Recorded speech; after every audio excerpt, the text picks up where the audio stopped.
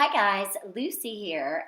So I have my beautiful subject Lindsay as my model today, and you can see Lindsay's, young and gorgeous. So it's not going to be difficult here.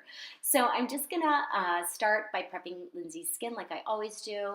My Cellar makeup remover wipe, and then a little bit of the Bobbi Brown face base, which I have found that it just works really on almost everybody's skin, young, old, dry, oily. It really is universal, which is so funny because it's like a very, very thick product, but I love it. And then this is a little bit of Oil of Olay eye cream that I'm really liking. And I'm doing that for a couple of reasons. That way, when we do the eyes first, there'll be like a nice bit of cream under the eyes, so it's going to kind of wipe away the eyeshadow. And also, it's going to make the concealer and everything else just go on really nicely. So I'm going to use this eyeshadow base I've been using. It's the Chanel one. I'm not that impressed with it, I'll tell you. I think I like my Urban Decay one better. And then this is a Marc Jacobs eyeliner in Fine Wine. And it's really just like a deep red wine colored eyeliner, but I actually love it, especially on green and hazel eyes. So what I'm gonna do is I'm gonna do the liner, I'm gonna kind of smudge it out, and then I'm gonna start to create my shape. And I usually go back and do that a few times, kind of do the liner, smudge it out, and then it sort of starts to act like an eyeshadow base over the sheer base that I have. And then whatever eyeshadow that goes on top, in today's tutorial we're using the Urban Decay Naked palette, but basically whatever you put on top, it's just going to make it more vibrant. So you can see we have a pretty good shape, and you can see that Lindsay's eyes turn down slightly. It's actually very slight, but the eyeshadow and the eyeliner that I've done kind of draws them down. So you'll see at the end how we're going to lift that up and give it a more like upturned feline kind of look at the end. So now I'm just kind of going in with that reddish eyeshadow from the Urban Decay Naked Heat palette, and I'm just starting to kind of build it. And that's really all it is. I'm just adding a little color, blending it out, adding a little color, bringing it up. So now I've kind of got this big like red cloud. So I want to start to make a little definition along the lash line. So I'm just taking this skinny liner brush and I'm going into the deep purple shade in the palette, and I'm using that as my eyeliner. It's like a deep purple. It almost looks brown from a distance, but it's a really nice complement with this, and it works really great as eyeliner. And then I'm going in with the MAC 239 that I had used before. This is actually just like a clean one, and I'm just thickening it. And like, I don't want to go too far too fast.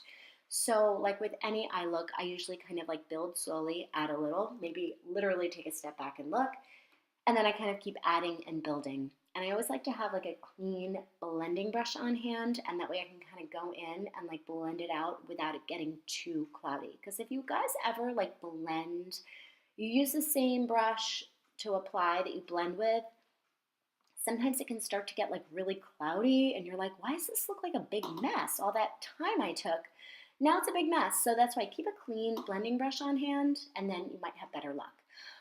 My only qualm with the Urban Decay shadows, I mean, this palette I love, but they fall down a lot, so no big deal. You do your eyes first, and then you use that makeup wipe, and you just kind of clean up underneath, and that can also help you add that little upturned flick on the end. So you see now her eyes don't look like they're turning down like they did when I had all the eyeshadow on the edge. So I'm going in with, this is MAC Face and Body. This is like an old school makeup artist favorite. I keep it in my kit. I think it is a fantastic foundation. I think that mostly makeup artists use it. I've never met like a regular non-makeup artist who actually uses it, but it's so great. It's like thin, but it's buildable, and it's got a film former in it. So as you blend it, it starts to set, and then it's actually waterproof. So it's actually a lot more long-wearing than you would think because the consistency is thin. So now this is when I feel like the magic starts to happen, and now you're like, okay, because sometimes when you do the eyes, it's like, oh my gosh, that looks a little crazy. But now we added a little Shape Tape concealer, which is like a super full coverage concealer. So like we didn't have a ton of coverage with the foundation, but the concealer kind of makes up for that. We're blending it all in, and then I didn't want it to look too makeup-y, so I went in with a dampened beauty sponge, which I'm doing right now. And I'm just kind of like tapping and blending and patting and just kind of making sure that it's like one with the skin and it doesn't look like Painted Lady, like overly made up, which it's not my style, but also like when you have like a young 20-something with fantastic skin, why would you cover it up? You know, you want the skin to look like skin and to actually show through. So I'm just going in with a little bit of setting powder. Lindsay got a phone call, but you can kind of start to see the makeup. It's starting to take shape. I know we can only see one side of her face. I'm going to show you guys the whole thing eventually. If you hate this setup, let me know, because I'm kind of like trying to figure out what's going to be the best thing. So again, here's my clean blending brush, just going in and kind of cleaning up. Now we come to the brows, which you can do before, you can do after, you can do anytime you want. And I'm just adding some shape, because anytime you have like a real eye look like this is like red eyeshadow, you definitely want the brows to be present, and you want them to really like frame the eye. So that is just the MAC eyebrow pencil, the new ones that they came out with that they retract. Like if you roll them up too much, you could not roll them down before, but the new design is great. And then this is another reddish eyeliner. I could have used the Marc Jacobs one, but I just happened to reach for the Urban Decay color in Alkaline, which actually came out with the Naked Heat collection. So you can see it's like a red color. And then I'm just taking what was ever left from that red eyeshadow on the brush, and I'm just kind of like zhuzhing it. And now we're going in with mascara. I'm not going to show you the whole thing because I do several ones, several dips, and we layer it and layer it. But then what I did decide to do is we went in with some false lashes at the end, which you will see. So now we need a little blush. We don't want it to be too red or too orange. Like you want it to kind of go with the eyeshadow, but not like match, if that makes sense. So we went for the Natasha Denona blush in, this is the Duo palette number 15 in sheer nude. And it's super pretty. I love this blush.